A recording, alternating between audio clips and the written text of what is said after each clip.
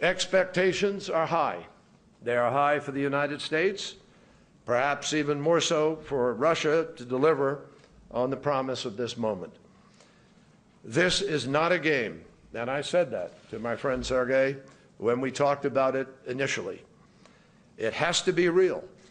It has to be comprehensive. It has to be verifiable. It has to be credible.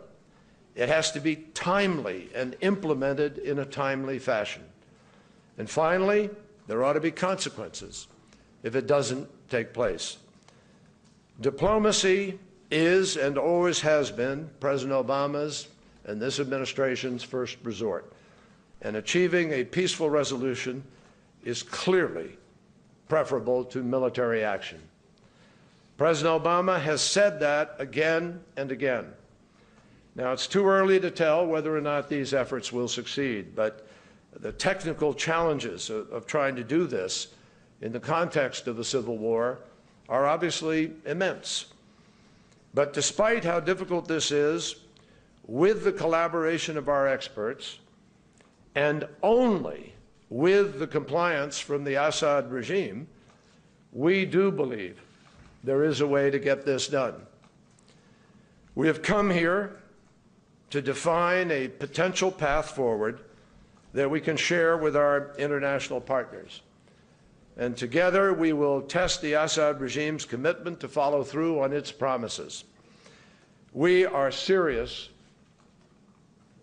Mr. Foreign Minister, we are serious, as you are, about engaging in substantive, meaningful negotiations, even as our military maintains its current posture to keep up the pressure on the Assad regime. Only the credible threat of force and the intervention of President Putin and Russia based on that has brought the Assad regime to acknowledge for the first time that it even has chemical weapons and an arsenal, and that it is now prepared to relinquish it.